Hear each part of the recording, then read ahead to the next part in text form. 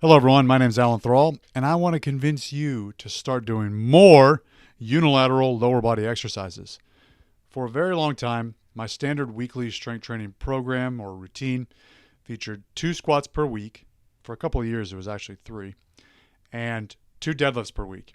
This was done so with a heavy emphasis on powerlifting and/or strongman. When I'm not training for a specific competition like a powerlifting meet or a strongman competition, I really like performing 1 unilateral squat exercise per week and 1 to 2 unilateral hinging exercises per week. So within a week, I'll do a squat one day, and then I'll perform a unilateral squat on a second day.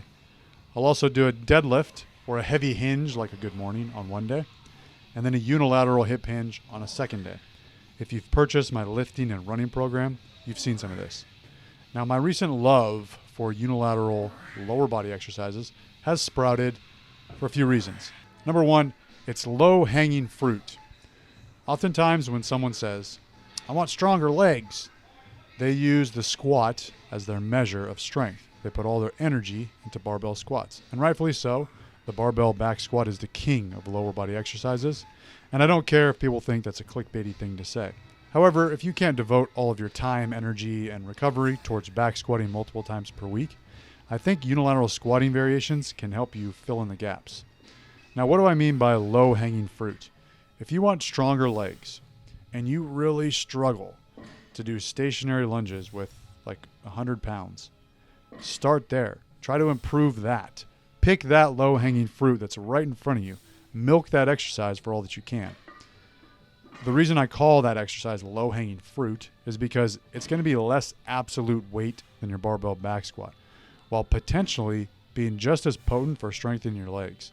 That means it takes less time to warm up to, and it doesn't cost as much systemic fatigue as a max set of 5 reps on squats.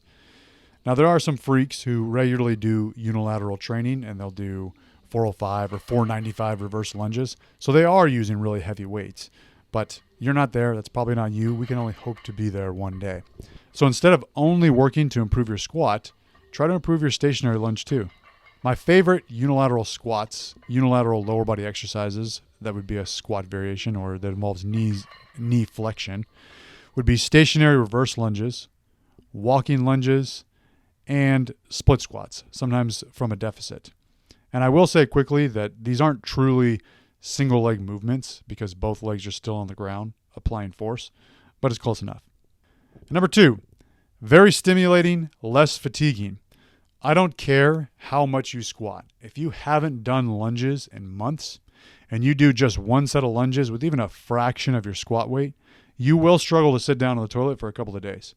Lunging, especially lunging, causes a ton of DOMS for most people. But after like 2 sessions, that DOMS is far less severe. You adapt pretty quickly. This is because lunging is highly stimulating. Even some unilateral deadlifts, like kickstand deadlifts or single leg RDLs and single leg landmine deadlifts, can produce a lot of hamstring soreness that I don't get from typical barbell deadlifts off the floor anymore. And I understand that muscle soreness isn't something you always need to chase. It's kind of like always chasing the pump.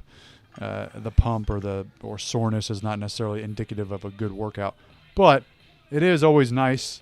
It's a nice pat on the back when you wake up and you feel a muscle sore that you were trying to train the previous day.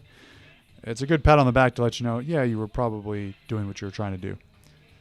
Now, back in the day, if I was going into a squat workout and I was going for 455 for 3 or 4 sets of 5 reps, it would have taken a very long time to prep for, to warm up to, resting and performing it. But a few sets of lunges with like 185 could have been finished, done out of the gym by the time it took me to warm up to my first set of squats. And nowadays, as a busy father, I do not always have the time, the energy, and the desire to give my all to a squat workout. I don't want to blow my load on a squat workout. A really heavy 5x5 used to wipe me out, and it still would if I did it regularly. I want to be energetic and alert for my personal training clients and my gym members when we have classes here.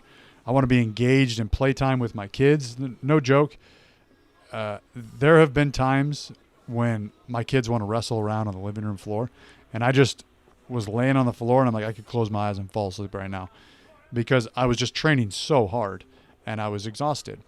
Lately, I've had clients or classes at Untamed Strength starting in the 5 a.m. hour, and then a few days per week, I don't leave the gym until 7:30 p.m.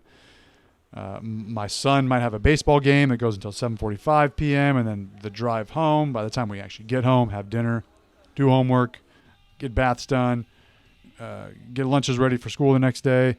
It is a sprint to try and finish all that by 9 p.m. So if on a good day I get to bed at 9:30 p.m., and I've got to wake up at 4 a.m., that's 6.5 hours of sleep that I've got to work with. And there was once a time when I could get 10 hours of sleep during a powerlifting prep. No problem. I'd sleep from 9 p.m. to 7 or 8 a.m. But that's not what I've got to work with right now. And I'm not complaining anyway. I just know that it won't be like this for the rest of my life. This is just the chapter that I'm currently living. So, max weight 5x5 squat and deadlift and cleans and yoke walks and farmer's carries. It's just not something that I do multiple times per week. Definitely not multiple times per week. But I don't even necessarily do it weekly. Sometimes it's every other week. Sometimes it's once or twice a month. This is also why I don't compete in competitions very often anymore. So anyways, this is starting to sound more like therapy. But my life is good. I get to wake up every morning at 5 a.m. and make some soup. It's the best. Circling back to my point, I can go really hard on stationary lunges and then carry on with the rest of my day without much effect on my energy and my attitude. And number 3, faster workouts. When I would do big squat workouts or big deadlift workouts, it made my workouts feel like an event, something that took a lot of planning and preparation to do. And I just don't really view training that way anymore. Working out for me has become more of a daily task that I try to fit in between family and work. I like how Jujimufu frames it as being part of his hygiene. You brush your teeth, you work out, it's just things that you do. So I would rather do a shorter workout 5 to 7 days per week than 3 to 4 really big workouts. And I'm not saying that that's better. That's just what works for me. And I also don't want it to seem like I'm ditching big squat and deadlift workouts. I still like doing those, and I still do those if I have time. And granted, it is faster now because I'm not lifting as much weight, but you get the idea here. For me, I really like hitting some reverse lunges and some single leg back extensions. Boom, lets me get in, train really hard, and get out. I also nowadays enjoy doing more exercises rather than fewer. So instead of just squat, bench, deadlift, I still like doing those things, but I also like doing lunges, unilateral hinging, dips, pull-ups, pressing, push-ups, arms, abs, jumping, running. So I've got to make time to do all of this. That's it. Thanks for watching. Check out my programs linked below. And always remember, train on time.